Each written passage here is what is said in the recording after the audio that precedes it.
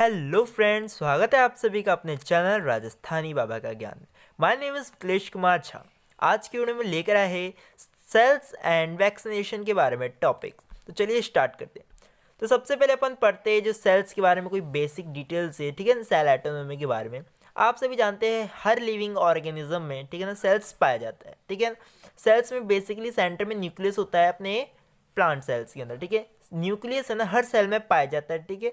अब पढ़ते हैं अपन सबसे पहला टॉपिक अपना प्लांट सेल्स के बारे में। जो प्लांट सेल्स क्या है, प्लांट सेल एक फंडामेंटल फंक्शनल यूनिट है लाइफ ऑफ प्लांट्स की, ठीक है ना। इसमें क्या पाया जाता है, सेल मेम्ब्रेन पाया जाता है, क्लोरोप्लास्ट पाया जाता है, सेल वॉल। ये याद रखना, सेल वॉल केवल प्लांट सेल में पाया जाता है, एनिमल सेल्स में नहीं। वो मैं आगे बताऊंगा क्यों। उसके बाद जो अपने प्लांट सेल में है उसमें न्यूक्लियस पाया जाता है एंड माइटोकॉन्ड्रिया जहाँ पे अपनी एनर्जी स्टोर होती है, ठीक है। उसके बाद गोल्गी एप्रेटियोस एंडोप्लाज्मिक रेटिकुलम, ठीक है। उसके बाद अपन पढ़ते हैं एनिमल सेल्स के बारे में। सिमिलरली एनिमल सेल्स क्या है, animal cells fundamental functional unit of life of any animals, ठीक है ना। इसमें भी न्यूक्लियस पाया जाता है, सेल मेम्ब्रेन पाई जाती है एंड माइटोकॉन्ड्रियन पाई जाती है, लेकिन इसमें सेल वॉल नहीं पाई जाती, ठीक है। उसके बाद इसमें पाया जाता है अपना endoplasmic reticulum and Golgi apparatus. Nucleus अब मैं आपको बता दिया हूँ, ये बहुत ही इंपॉर्टेंट, ये हर सेल्स में पाया जाता है और न्यूक्लियस के अंदर ही अपना रहता है डीएनए, फिर क्रोमोसोम्स, फिर जीन्स, ओके। उसके बाद आता है अपना जो डिफरेंस क्या है इन दोनों में आखिर सेल वो I mean animal cell and plant cells में, ठीक है। तो सेल वॉल है ना, मतलब प्लांट सेल में अपने सेल वॉल पाया जाता है लेकिन एनिमल सेल में नहीं पाया जाता। एनिमल सेल में क्या है, अपने लाइसोसोम्स रहते हैं जबकि प्लांट सेल में नहीं रहते। एनिमल सेल्स का है ना जस्ट अपोजिट है प्लांट सेल, ओके मैं बोल रहा हूँ, ठीक है। इसमें साइट्रियोलाइस होता है, इसमें नो क्लोरोप्लास्ट, इसमें न्यूमेरिकल स्मॉल वैक्यूल्स होता है, ठीक है ना। वैक्यूल्स अपना वाटर स्टोर होता है, ओके। उसके बाद no cell wall animal cells में। उसके बाद अपन पढ़ते हैं ऑर्गेनाइजेशन। अपन को पता है जो एटम से बनकर मॉलिक्यूल बनता है, फिर माइक्रोमॉलिक्यूल, और उसके बाद सेल, फिर टिश्यू, फिर ऑर्गन, फिर सिस्टम, इससे अपनी एक बॉडी बनती है, ठीक है ना। ये बता दिए प्रोसेस अपनी जो इंसान की बॉडी या फिर किसी भी लिविंग ऑर्गेनिज्म की बॉडी किस प्रकार से बनती है, ठीक है ना। अब पढ़ते हैं अपन आगे वाले टॉपिक में कि आखिर जो वैक्सीनेशन की जरूरत क्यों पड़ती है, क्योंकि मैंने आपको सेल्स के बारे में बता दिया बेसिक डिटेल्स, ठीक है।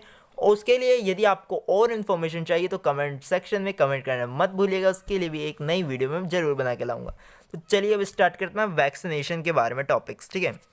अपन को पता है क्योंकि अपनी बॉडी बनी है इतने सारे जो फंक्शनल मतलब ऑर्गन्स होते हैं, तो जो डिसीज़ है ना वो होती रहती है बीच बीच में। अब इसके कई कारण हो सकते हैं, environmental change, genetic factors and etcetera etcetera, ठीक है ना।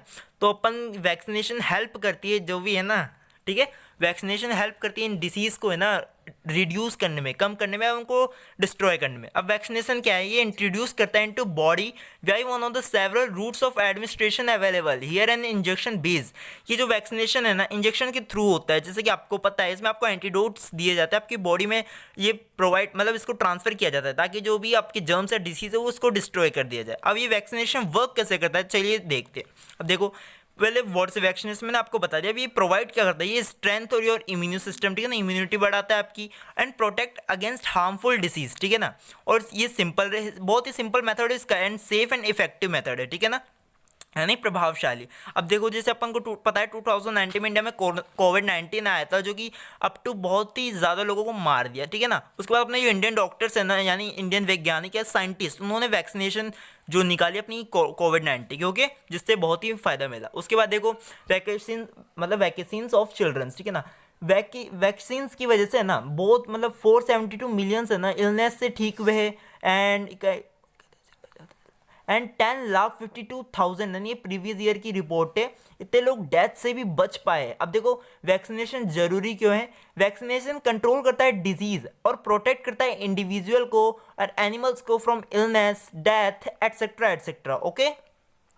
अब देखो हर चीज के जो अपन ने गुड इफेक्ट्स पढ़े तो इसके साइड इफेक्ट भी होने जरूरी है, ठीक है ना। आप जरूरी नहीं है लेकिन फिर भी इसमें साइड इफेक्ट दे रहेगा। अब देखो जैसे अपन ने कोविड-19 की वैक्सीन लगाई थी तो हाथ सुन पड़ जाते थे, बुखार आ जाता था कुछ समय के लिए, एक तरह से इसके साइड इफेक्ट ही है। और जिनका ब्लड मतलब जिनकी एंटीबॉडी जो अधिक डाउन है, फिर प्लेटलेट्स डाउन है, उनके ऊपर जो वैक्सीनेशन का प्रभाव है ना ये उल्टा भी पड़ सकता है। चलिए कोविड-19 को साइड रख के भी देखें ना अपन, कुछ कुछ टैबलेट्स होती है जो हाई डोज की रहती है और यदि जो ह्यूमन है ना उसको नहीं एब्जॉर्ब कर पाए ना उसका या फिर इसकी इस वजह से जो अपनी कोई भी अपनी एंटीडोट्स लेते हैं तो उसका एक साथ साइड इफेक्ट भी होता है, ठीक है ना, अपन को ये समझना बहुत ज़रूरी है।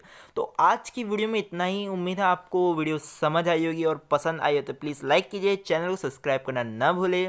तब तक के लिए bye bye, goodbye guys.